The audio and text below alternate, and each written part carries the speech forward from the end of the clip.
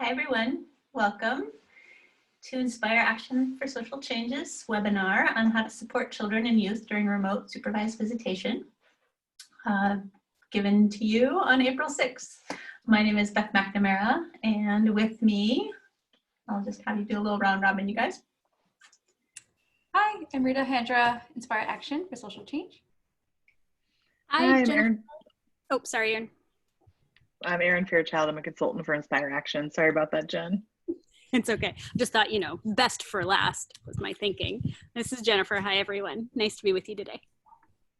All right. So we're happy that you've all joined us for our session today.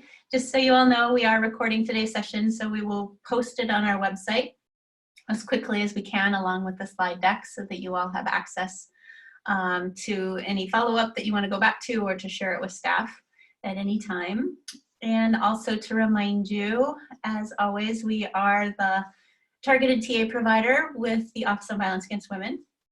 And while we try to stay very much in line with the office and the thinking around the work that we all do in partnership, we are not speaking on behalf of OVW. So we just wanted to clarify that.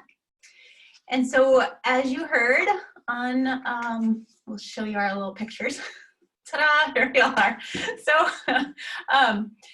So we are very excited to introduce you to Erin Fairchild. Some of you have met her if you have come to one of our Working with Children immersion in-person events during those days that we could meet in person. So we decided to bring you her presentation, and you get to meet her virtually. So we are very happy to have Erin with us today, and she has been with us for a number of years as a consultant and working in partnership with us on a number of projects, and so we're happy to continue our work with her. So thanks, Erin. Hi, everybody. Good afternoon. I think that was my cue. Yeah, unless you want me to do a little reflection before you start. Nope, good to go. Thank you. Welcome, everyone. I know you have so much going on right now, and you're all working so hard to be as supportive as possible to the families that you serve.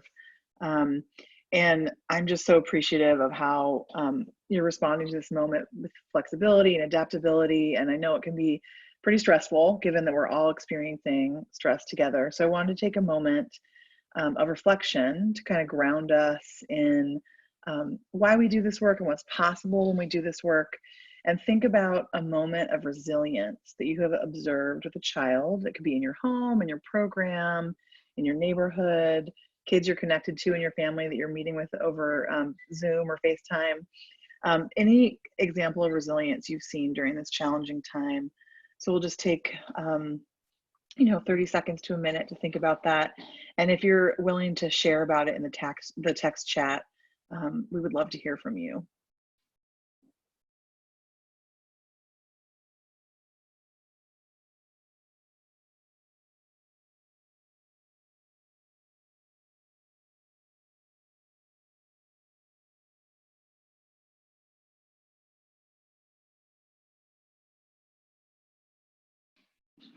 And Rita, if you can let me know if anyone shares in text chat, that would be great. I'm assuming you will. Thank you. Yes, of course, I will.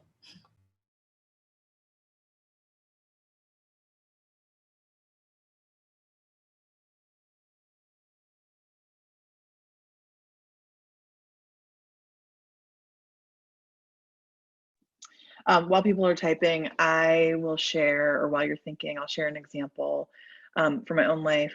I have one kid in particular in my life that has a single mom. They found some sort of Facebook Messenger for kids that parents control who people can talk to, but the kids can operate it on their own. So it's really fun. And so she's 4, and she's been reaching out on her own a lot via this Facebook Messenger app. And just doing lots of funny like filters and just calling me to make faces. And it's a lot to be home alone with only one adult right now, and it's been really great to see how she's able to hold on to being silly and how we can maintain connection in spite of this challenge that we're facing together.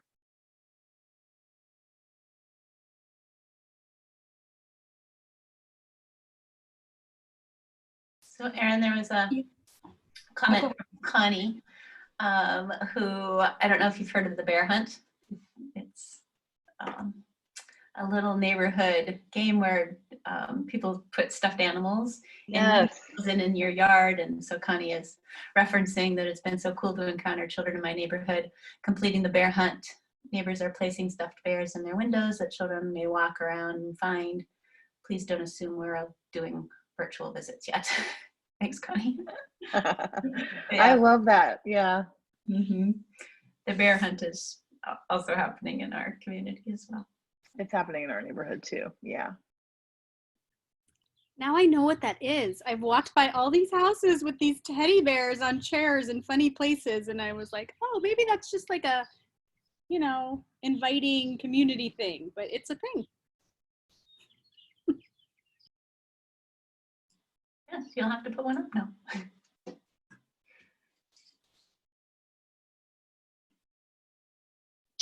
we have any other examples to share? That is all that's come in from chat.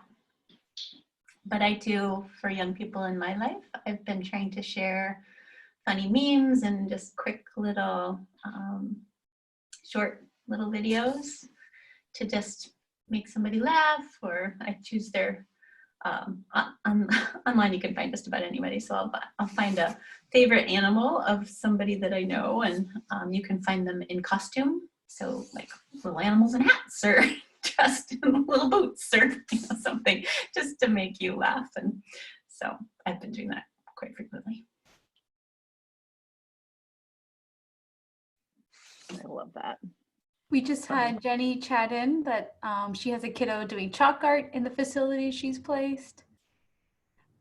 Sharon just chatted in, our neighborhood families are making noise at the end of their driveways at 7 p.m. in support of doctors and nurses, musical instruments to banging on pots. It's lovely.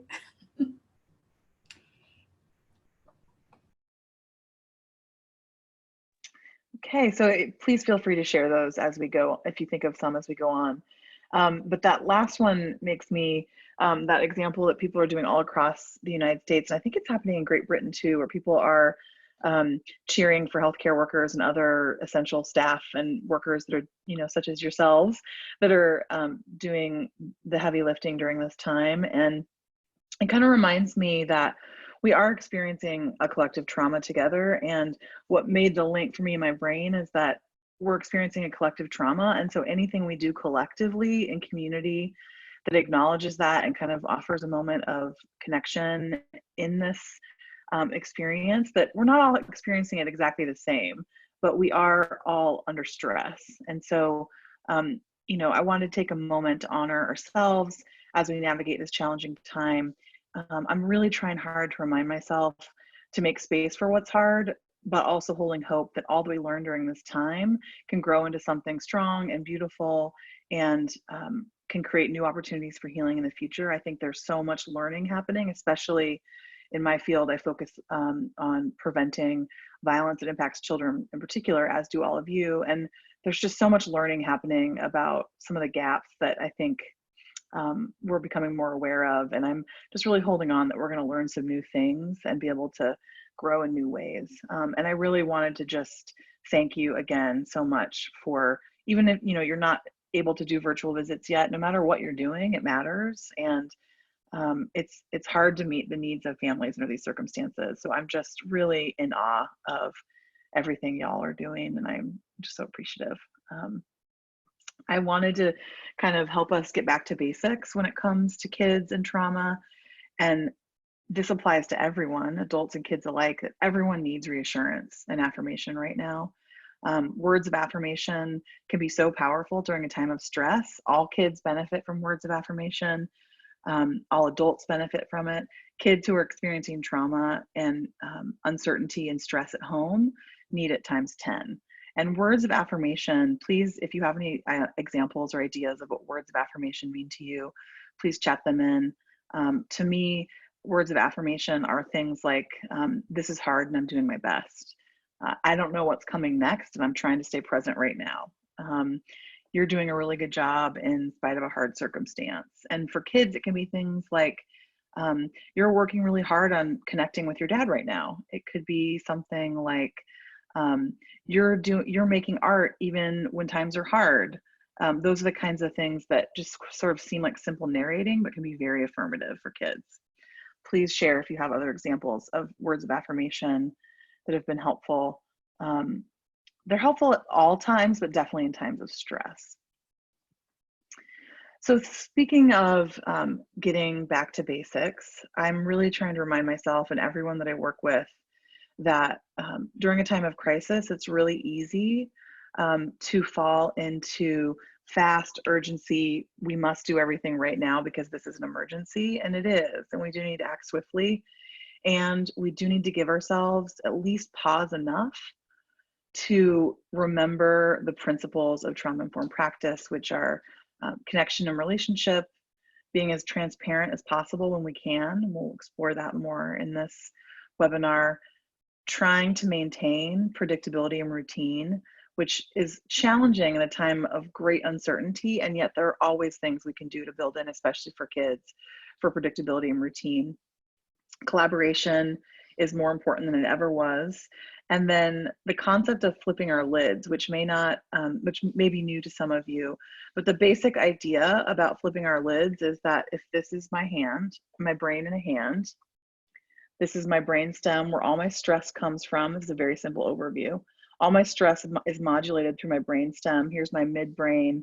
And this is my prefrontal cortex, this part of my brain here.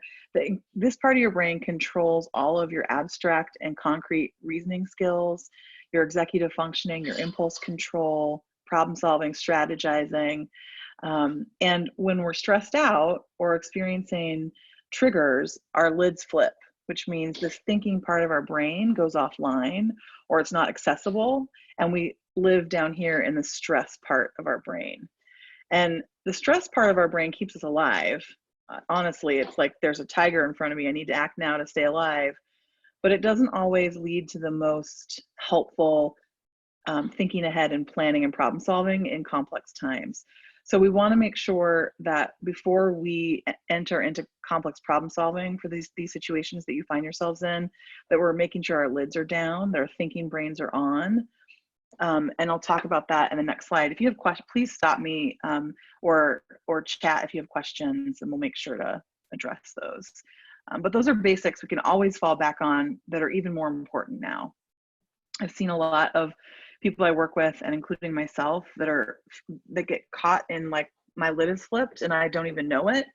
And the work that I'm doing in an effort to support families is not as helpful as it could be. One example of that is in urgency, every single person I know, every colleague I have in the city where I work is working really hard to put together resource lists with links to things online, which is helpful, but every organization doesn't need to make their own resource list with the same links to the same resources online.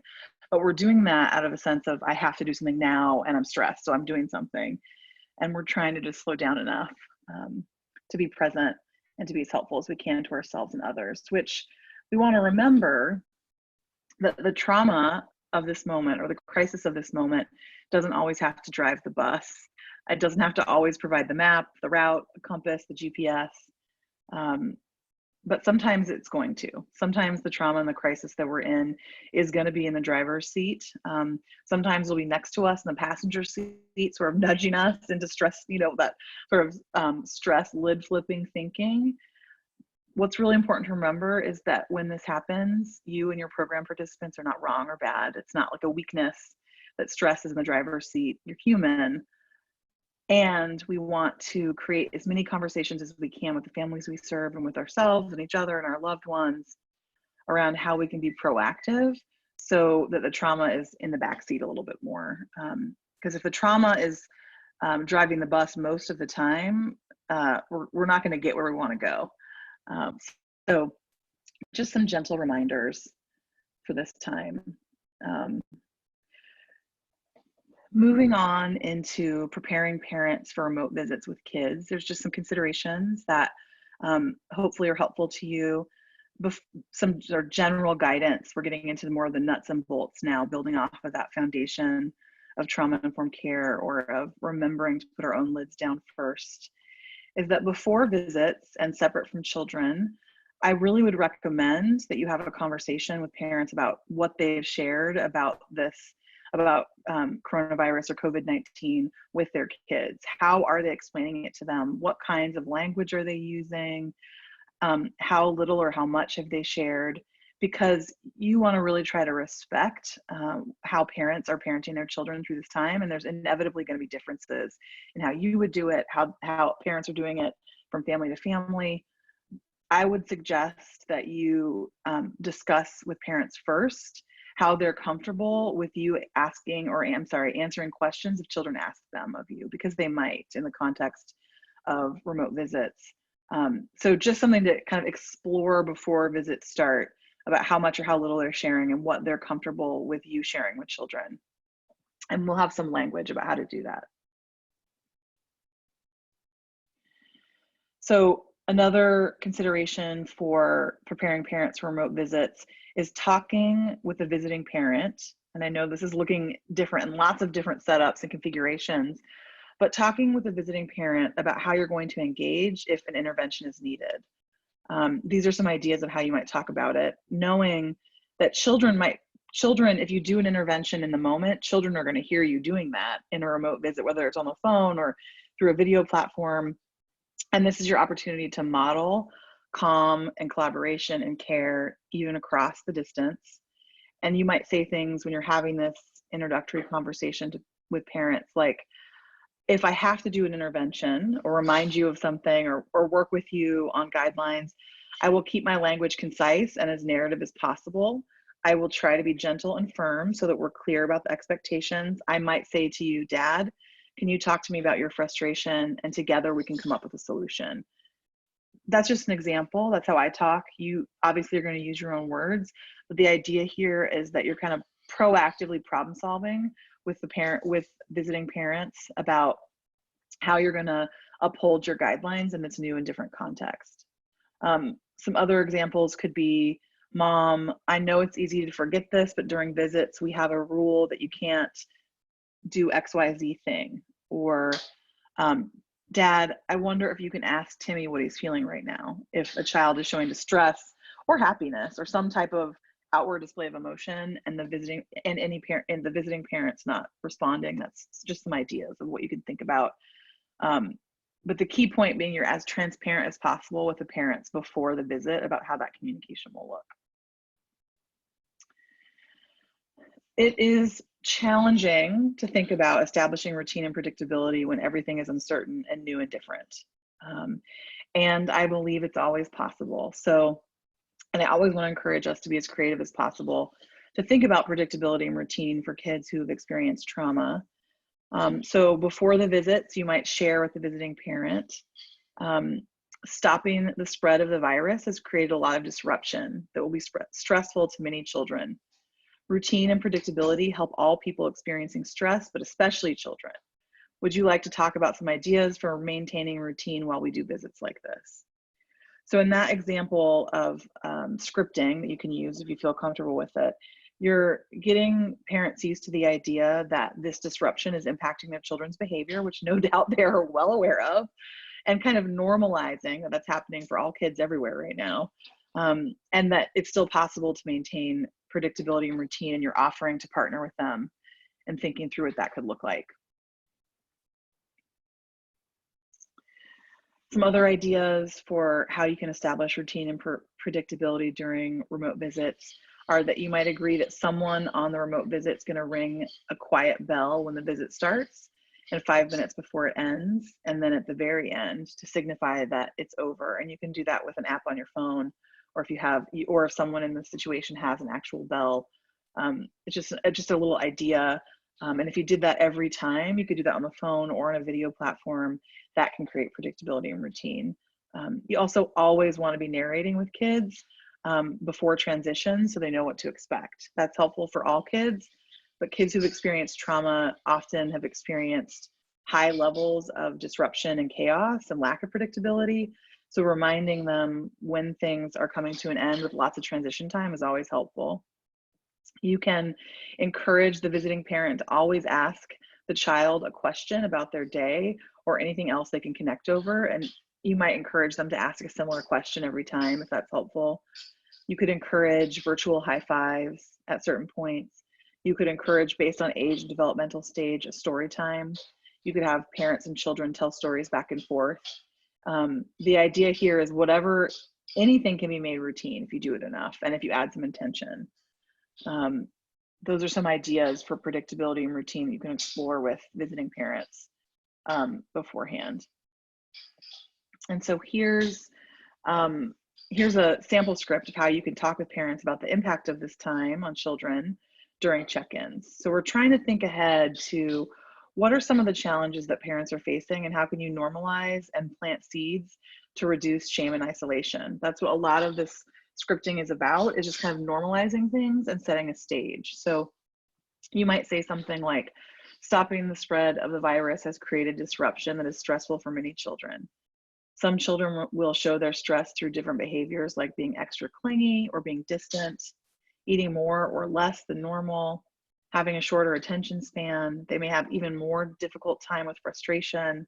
They might be having sleeping issues. If you notice these changes in your children, it's normal. And it also means they need some extra care and attention. That can be hard when you are also spread more thin than normal. Let me know if you would like to talk about that more.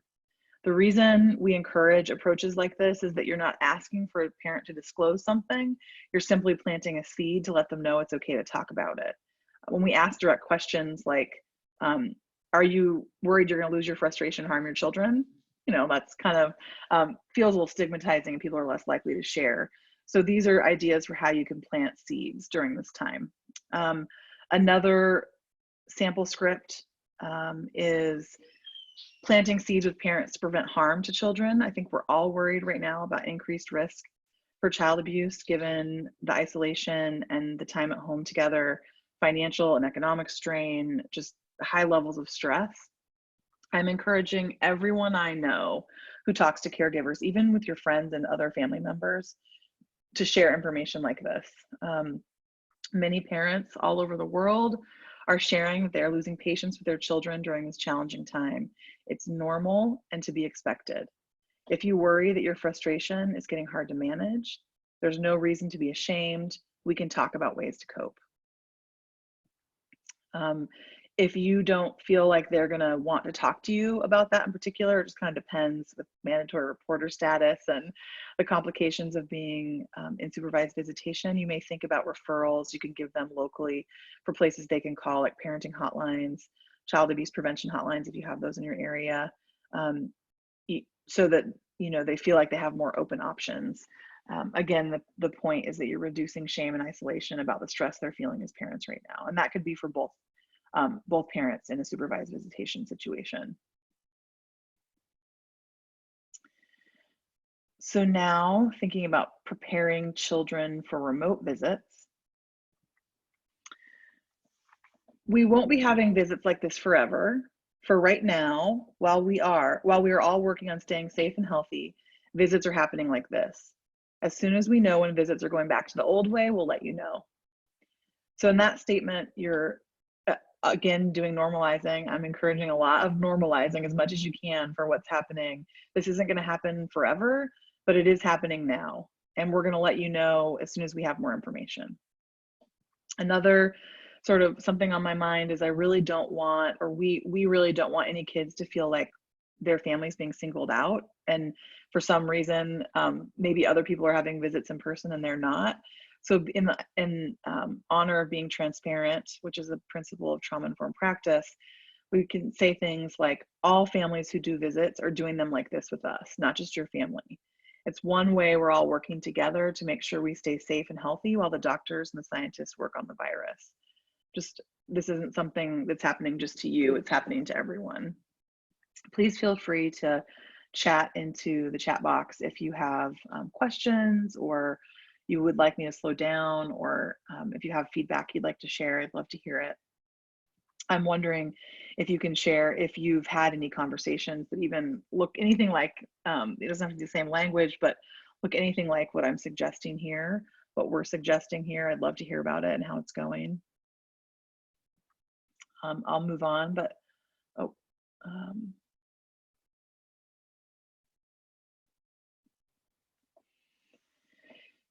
preparing children for remote visits. If the visit is happening via a video platform, these are some specific considerations for video. I would encourage you to talk about tech issues that may arise and how you might handle them. You want to, again, make sure that kids know that if the screen freezes or the call gets dropped, or one of those unfortunate things happens where you freeze in an unflattering face. If something like that happens, you want to let them know that it's happening to everyone who's using these platforms and it has nothing to do with them. Older youth-aged kids who use technology and apps and FaceTime and Google Hangouts will know that, but younger children may not. So making sure that you talk in advance about how that might happen and that you'll all try to problem solve to fix it. I would encourage you to share the logistics of how the virtual visit will work in advance, just all of the nuts and bolts that you can share. And then just remembering, we really want to remind ourselves and you to be silly and engaging when it's appropriate and depending on age. So in the context of if you're connecting with children over video platforms, making faces, trying to tell jokes when it's appropriate, asking if they have any jokes or songs. For some kids, I'm finding in my life that this using more video and voice connection means that they're kind of feeling like it's a stage that they're performing. And you can encourage that because it can be fun and a release. For teens, asking if they've been using a lot of video options to stay in touch with friends. And I'm going to pause because it looks like there's been some chats. If anyone, Amrita, wants to share anything, or if we should pause. Yeah, Erin, I was like, you were in a flow, so I didn't want to interrupt. But No. So we've had a couple questions about, first, what about visits with younger kiddos, like 2-year-olds? What would that look like?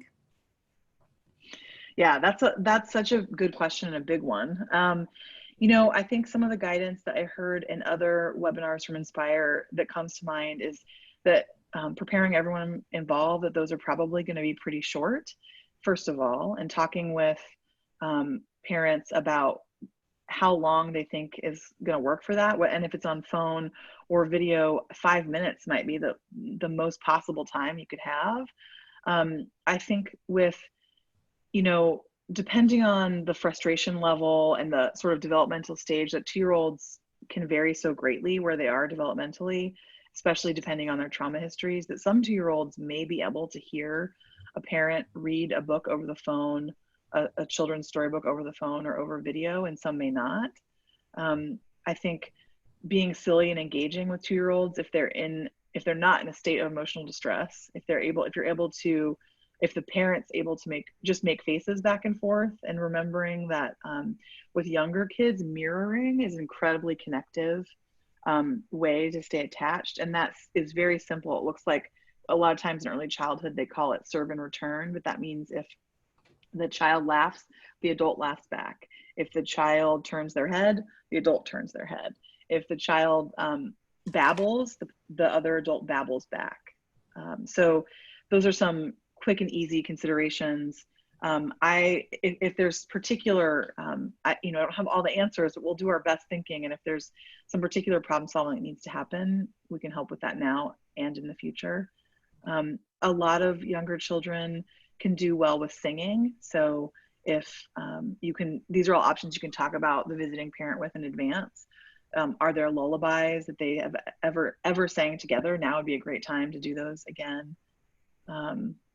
Those are some ideas off the top of my head. And also knowing that, letting parents know that some toddlers, no matter how hard you try, are just not going to be able to connect with you remotely. And that's really hard. So being able to navigate the emotional impact on visiting parents is important. And I would say to think in advance of how they're going to get support if that happens, because that could be a very real reality.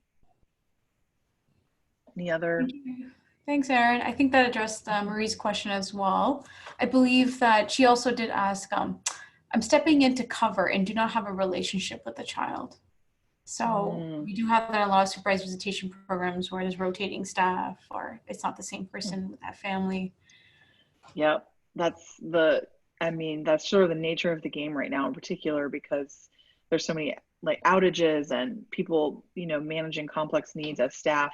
So of course that's going to happen. I think if it's possible before the visit to connect with which, you know, the visiting parent or the custodial parent, I think Inspire Action can probably give you more particular guidance about the safety aspects of those, but exploring with the parent or letting them know that you don't have an established connection and you're going to do your best to build trust and rapport, and asking if they have any tips, I think is a way to also put parents in the driver's seat. I don't want to be able to say, I'm new to your child, I want to do my best to build rapport right away. Do you have any tips for what might work for me to connect with your child in this way? And then being as clear as you can with kids who are developmentally able to take in information about where their normal monitor or the person that works with them normally is, when they'll be back, and if they'll be back, if you know that. And if you don't know, it's okay to say, I'm not sure yet when they're going to be back, but as soon as I know, I'll let you know. That's for people who've experienced trauma, even young kids. Our brains will fill a void oftentimes with information that's more difficult than what's actually happening. So even saying, I don't know, but I'll tell you when I do, can be really helpful. And honestly, giving yourself grace, because it's not ideal and it's what's happening. And, you know, being open and warm and welcoming as much as you possibly can in your tone of voice, and being able to kind of roll with what's happening will get you pretty far. And just be easy on yourself, because these are just unprecedented times, and you may have remote visits that feel hard and bad. And I know that the staff at Inspire, and hopefully your colleagues can help you through that, and don't be too hard on yourself, because we're all doing the best we can. Thank you, Erin. And yes, once again, Inspire is here to help you with individual programming and all those things. Just one other thought, this is Beth, to also remember that you can slow things down a little bit. So when you're coming into a visit for the first time and you're meeting everyone, to know that you have the ability to connect with each person individually. So when you're using a virtual platform, for example, even if you're connecting just on the phone, that you can take a few minutes extra to stop and pause and meet the child and talk with them a little bit and build some rapport, and then check in with the parent who's with that child for a minute as well, and have them both talk to you, and then pause and see if you need to check in with the visiting parent before you get started as well, so that you don't feel like there's a race to get something started, that you have taken moments for everybody to feel connected in some way and to take a deep breath. Because sometimes if they weren't expecting change, it takes a little bit longer for some people to get ready for that. And even as adults, we need, you know, some advance notice around change. So if we can do any of that beforehand, and sometimes we know that things happen and unexpected staff have to step in just because of the times that we're at. It doesn't happen normally now, we recognize that. So the best that we can with taking breath and giving people what they need. Thank you, Beth.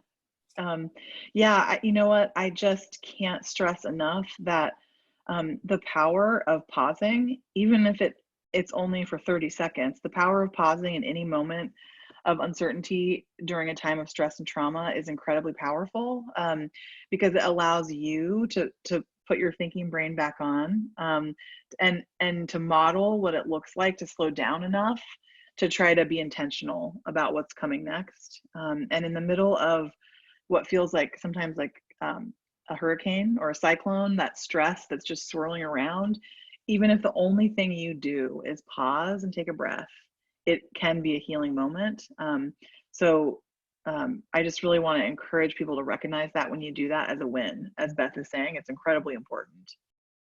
Any other questions in the chat or reflections or anything else we could attend to in this moment before we go on? I appreciate the questions, they're really good ones.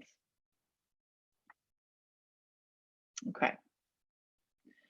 So some more points for preparing children for remote visits. we've already kind of hinted at this, but you're going to let them know that you'll be giving them information throughout the visit about how much time they have left. So that's those reminders. We have 10 minutes left. We have 5 minutes left. We have 2 minutes. Okay, we're done. And it could be a really sped up process if your visit's only 5 to 7 minutes. Sometimes I'm not quite, in a remote visit, things may change kind of quickly. Like all of a sudden it becomes apparent the visit needs to end because of, especially with younger children, they're melting down, and there might be other things going on in the environment that means the visit has to end. And even when that happens and you can't give a transitional warning, you can narrate what's happening. And I really recommend always narrating. So this is what's happening, and this is what's coming next, and this is why we're doing this now. And this is, we'll see you next time. Sometimes you can't punctuate things and they just happen, and that's okay too. These are just sort of, when you can, you try. Also being able to share with children that this new and temporary way of visiting is different, and there may be things they like about it, and there might be things they don't like about it, and you want to hear about both of those things during check-ins, and leaving the potential that there might be things they like about it. That may not be true at all, but asking questions that much nuance, especially with older kids, can be really helpful. You're probably not going to ask a 2-year-old that, but you get a sense with the kids you work with what they can handle.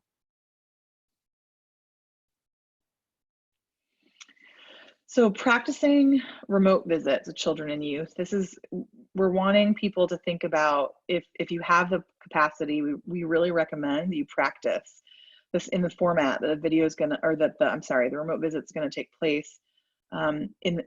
So whether that's on the phone or video, or however you've arranged it logistically, that you spend some time running through that and practicing it, and letting them know that letting children and youth know if they want to stop the visit, they can, and some of those specifics will be particular to your programs, but making sure that in advance what that would look like, and telling children how to do it and practicing it if they want to. And if they want to pause the visit to talk privately to you, tell them how to do that and let them practice that if they would like to. I know that's a lot of technical, like, what would it mean to pause a visit in a Zoom virtual supervised visit session? And I'm not an expert on that, and I know we're all working through that together, but as much as possible, letting people know that these are some of the things that may come up, letting kids know, and we can practice. Is there anything you would add to that, Beth, about those nuts and bolts? Just to refer back to our Friday webinar where we did talk about the nuts and bolts, and it's recorded on our website, so you can go to that to just get examples of how it is that you can be in control of pausing and interrupting and putting people kind of in a space where you can talk to them privately during session, all of those things we talked about. And one of the reasons why, there's several reasons why this is important. One of them is that for kids who have experienced violence in their families, they often have a sense of a complete lack of control. So the violence might be predictable. They might have known that it was going to keep happening, but when it happened and how it happens and how they're able to achieve safety could feel very out of control. And every single opportunity we have to give a little bit of control back to children and youth by letting them know in advance, by being transparent, by thinking things ahead, those are all ways to give a little bit of, I don't know if it's complete control, but a sense of mastery and control of the situation that can be very healing and create calm and peace for kids who, even if they aren't experiencing high levels of, like, maybe they're not particularly unsafe at home in this moment, even just being out of school and having this disruption can trigger trauma for them. And so, every step that you can be creative in ways that we haven't even thought of yet about how you'll create transparency and predictability and choice for children and youth in remote visits. So we wanted to give you a sample script about how to talk to kids about COVID-19, children and youth. This is sort of a general approach. You're obviously going to change things based on age and developmental stage. And, the way I talk obviously is not the way everyone talks. This is just my example, but it's to give you some touch points about how you might talk about it. So You could say a virus is something that can make people sick, like when you get the cold or when you have a fever. Right now, there's a certain kind of virus that's making a lot of people sick. Most people will be okay, especially kids, but we're all trying to be extra careful to not share germs. So we're washing our hands a lot, we're coughing into our elbows, and we're trying to keep space and distance from each other. The doctors and the nurses and the scientists are working really hard right now to keep us safe and healthy. The grown-ups will tell you what we need to do to make sure that we stay healthy. So in that example, you know, you would scale it up for maybe share a little more information. You don't need to probably explain so much like what a virus is to a 14 or 15-year-old, maybe depending on what they know. But this is sort of a middle range developmental example that you can scale down or scale up. But it's just giving some general, you're not lying. You're not making promises about this virus that you can't keep. You're not saying you're going to be okay. You're saying most kids will be okay. Giving some basic information and always, as much as possible, letting kids know that the adults are doing the best they can to keep everyone safe around this virus in particular. You know, we're learning this together. You know, I can't say that I've ever had to talk to children about a global pandemic before. So, you know, this is all of our best thinking. You can try it. And if you, I really want to hear, I'm sure that Inspire would love to hear if you have examples of things that you can add on to this that are helpful. We're learning together as we go. We're just applying what we know about kids and trauma to this situation. So again, giving yourself grace. If you don't say it like that, it's okay. Just an idea of how you could say it. If you forget every single thing that we talked about today, when in doubt and you're not sure what to do, just being reassuring and affirming that everyone's doing the best they can be incredibly powerful. Especially when you feel like you're overwhelmed by stress and maybe your lid is flipped and you're grasping, what do I do in this very complex moment? So honestly, sometimes just being able to say, I know this is really hard. It seems like you're having a hard time and I understand why. That alone, if that's what you offer, is actually huge. It's being calm and reflective and supportive in a time of stress. And remembering that, you know, reassuring them that we're gonna get back to visits as soon as we can in the regular way that you're used to. So before we go towards a closing reflection, and I'm sure it looks like there's a few other reminders for you, I wanted to pause and see if people have any comments or questions, or if you have tips that you want to share. If any of you have started remote visits with kids and there's things that you've done that have gone well or lessons you've learned that you want to share, please feel free to type them in. I'll pause for a moment to give you time to do that.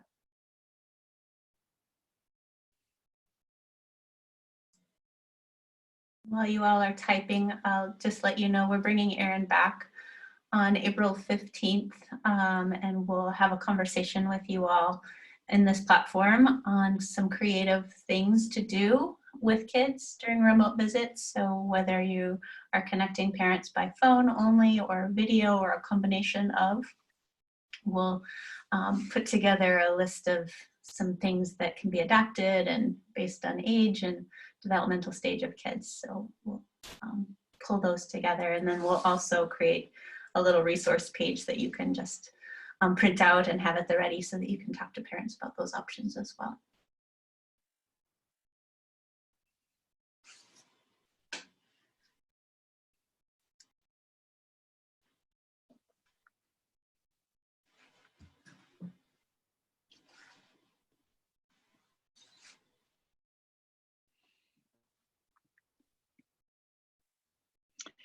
Also, if I'm sure that if questions come to you, you know, if you're on the next webinar on April 15th or any time, you can reach out and get the support you need. I happen to know that the staff at Inspire Action are pretty responsive, so. We try really hard, Erin. I know you do. There are a couple of questions that came in. Okay, cool. Do you see them or do you want me to read? I can't see them and I'm afraid to Yes. No, no. I'm afraid to click and mess me Screen, go away. Okay. Yes. So let's see. I'm curious about the technological piece. What are others using that allows the monitor to pause or end a session? Will there be a webinar about these platforms? So that was from Marie. And yes, we did that last Friday, and we've posted the recording and the slides on our website. So as soon as I'm done reading the chat, I will post that link so that you can go to that. But inspireactionforsocialchange.org is our website. There's a particular page called COVID Resources for Supervised Visitation. You can just click on that page and it has all the things that we've kind of collected and made just for supervised visitation providers, so that you didn't have to synthesize or translate some of this material into the work that is specifically applied to you. Any further discussion today about the length of visits? I know Friday we said 15 minutes is recommended. And Erin had mentioned today as well is to start in very short increments. This will be a transition. So Erin, do you want to say anything about kind of our continued recommendation around probably not day-long visits, probably not 2-hour visits happening remotely? No, I mean, I think it really does vary. I wish there was an easy way to say this is the guidance. I think it depends really on the relationships between visiting parents and children and youth and where they are developmentally. I do think 15 minutes is a good kind of anchor starting point, knowing that for younger kids, it's going to probably be shorter.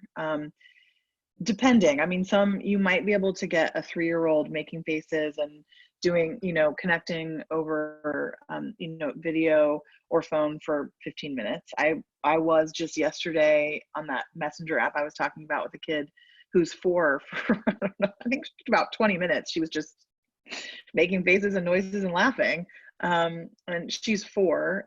She's not, she's in a safe situation at home, but also a stress situation at home. So that, if that gives you any kind of guidance. And then there are more, this is above my tech knowledge, but there are some platforms where you can play games together. And I think we'll explore that some more. On the 15th, there are ways that for older kids that you can play video games and other games.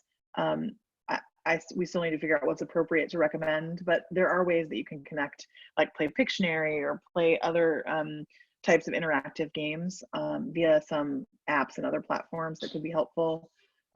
So I think it really just, I wish there was an easy answer, but I think starting with 15 and seeing if you can go from there. I would say the key would be talking about it in advance with parents and with kids if they're old enough to have the conversation. So that they get a sense of what that's going to be like.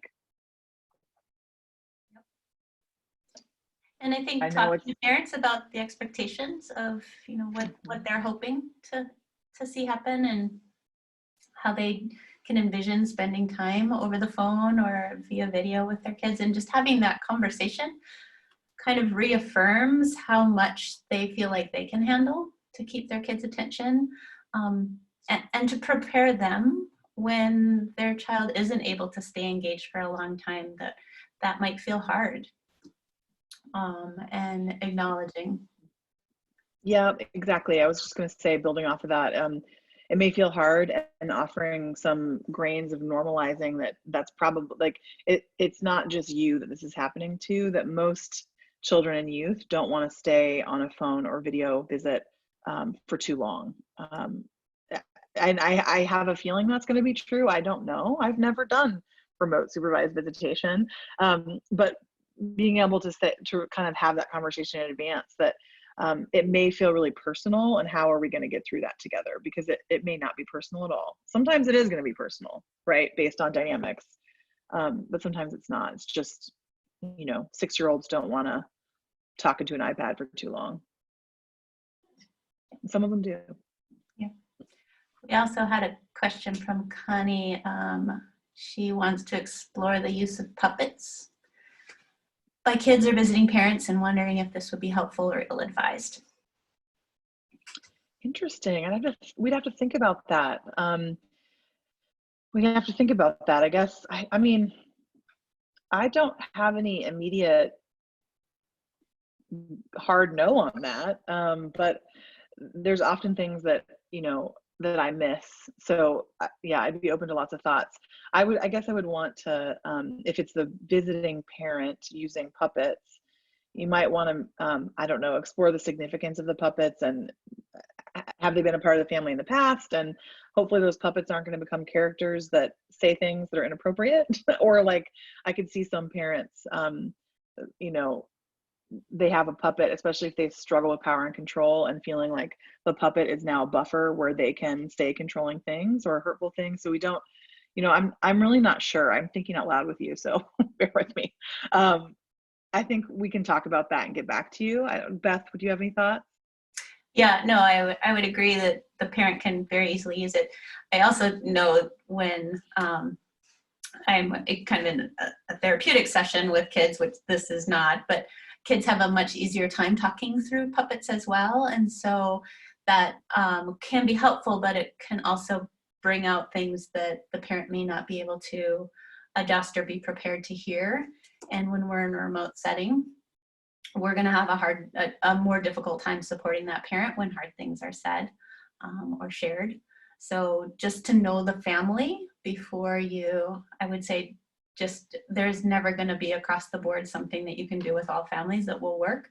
And so knowing who's in front of you and what are potential risks, and then trying to be ahead of it as much as possible, giving yourself grace when you can't, because we can't predict everything, and then try to figure out what your next steps are going to be after that. That's right. I think I would pause at any point along that spectrum to think about things and think about safety, and especially emotional safety for kids. If it was a parent who's never expressed any kind of interest in like creative connection like that, I might, maybe this is the way that they're managing it, and that's perfectly okay. But I would want to stop for a moment, because it could easily become a way to manipulate. But it also could be an amazing way to connect and tell stories. So yeah, like with all things, there's no one, like Beth is saying, straight answer. Other questions?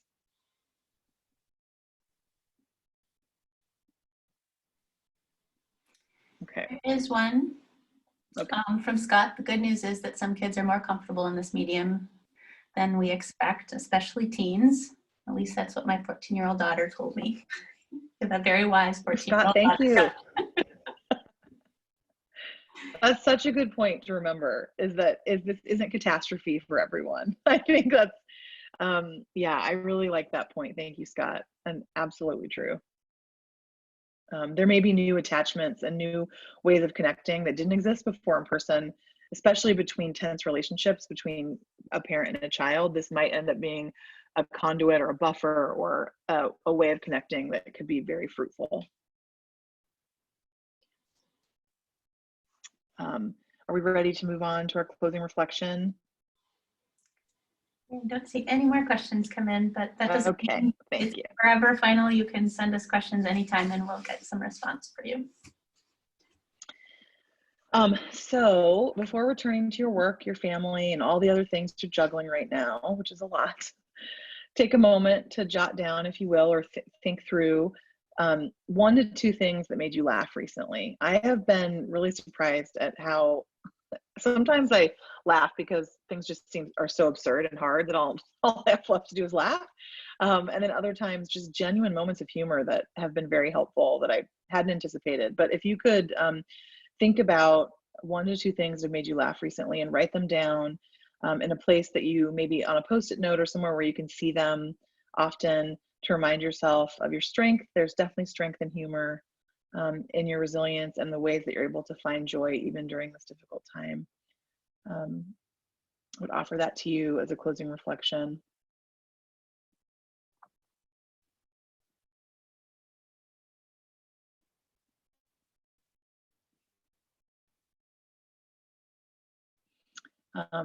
If we could take 1 minute, if anyone wants to share something that's made them laugh. It could be challenging to type that out. Comedy's nuanced, but if there's something that you want to share that gave you a good laugh, we would love to hear it.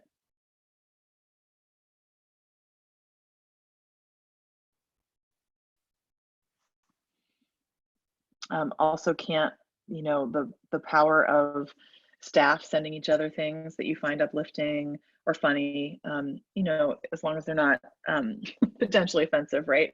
But sending things that are uplifting or funny that you think you could connect on over email or text, I think is a nice way to stay in touch. A lot of my friends and family, we've been doing that. Beth was describing actually animals and hats. That's funny to me. Those kinds of things can be ways to stay connected and bring a little bit of levity during difficult times.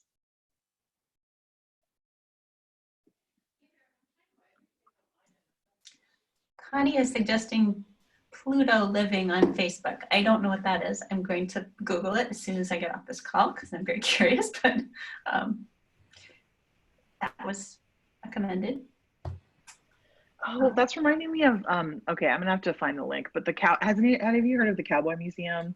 And I had never heard of it before. I think it might be a John Wayne Museum, or I'm not exactly sure, but in some states that I don't live in, there's a cowboy museum, and they closed the museum and asked one person, a security guard, who's this older gentleman, to stay in patrol and also run their social media because he's the only staff there. And so the Twitter that he's running for as a person who knows nothing about tech and nothing about memes and nothing, it's very funny. It's like wholesome, and he's like constantly tweeting like my grandson told me I should say this, and it's just funny. And we had one more suggestion come in on the chat that said how engrossed my partner becomes while doing a jigsaw puzzle and how much my chickens freak out over bacon fat. Has found great joy. And I can see, yeah, just makes you giggle.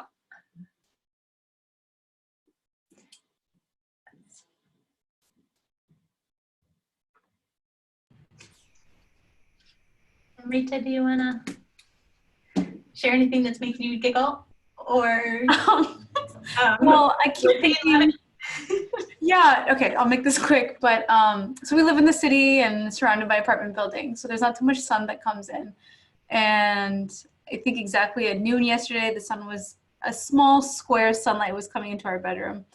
And my 1-year-old daughter got really excited and was playing with the sun like a cat and trying to grab at it and trying to put it in her mouth. It was kind of sad, but hilarious. And we caught it on film. So she's a cat. Oh, that's good.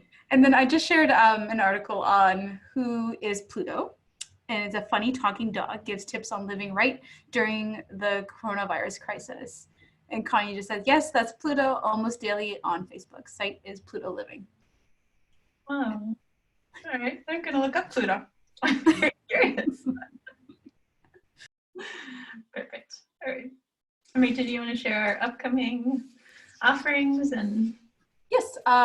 So this Wednesday, we have working with parents who have used violence during modified supervised visitation and safe exchange services. And then on the 15th, we'll be having Erin back with us and looking at creative activities parents can do with their children during remote supervised visitation. And then April 22nd and 29th have yet to be announced. So if there is something that's maybe you're curious or please feel free to email us, and maybe that might kind of inform our next webinars. And then everything is being posted. Every time we finish a webinar, it goes right up on the website under the COVID-19 section. And if you have any difficulties finding anything, please email us, call or text. We're happy to help you navigate. And then we are continuing with our Tuesday and Thursday drop-in sessions. This is our time to sort of come together, be a community, and it's really lovely seeing everyone. So tomorrow we'll have it 12 to 1 Central, and then on Thursdays 3 to 4 Central. So we'll keep continuing with those. So please have you or your staff or whoever would like to join, come drop in, say hello. And then if you have any questions for grant modifications or anything like that, please feel free to reach out to your OVW program specialist if you have any questions regarding the temporary changes in delivering services. I know that they've been pretty responsive with everyone. They are getting a lot of emails, but they will respond. So we encourage you to reach out. And then lastly, here is Beth's, Jen's, and mine contact information. So once again, please don't hesitate to reach out to us. You can call or text, evenings and weekends included. So thank you everyone for joining us, taking time out of your schedules and coming with us today. Thank you, Erin, for joining with us and always partnering with us and being an amazing resource. So thanks everybody, and until tomorrow's drop-in call, hopefully we'll see many of you. And then our next webinar platform where we won't get to see you, but we'll talk with you again is Wednesday. Take care, everybody. Thank you, everyone. Thanks, Erin. Bye, everybody. Thank you.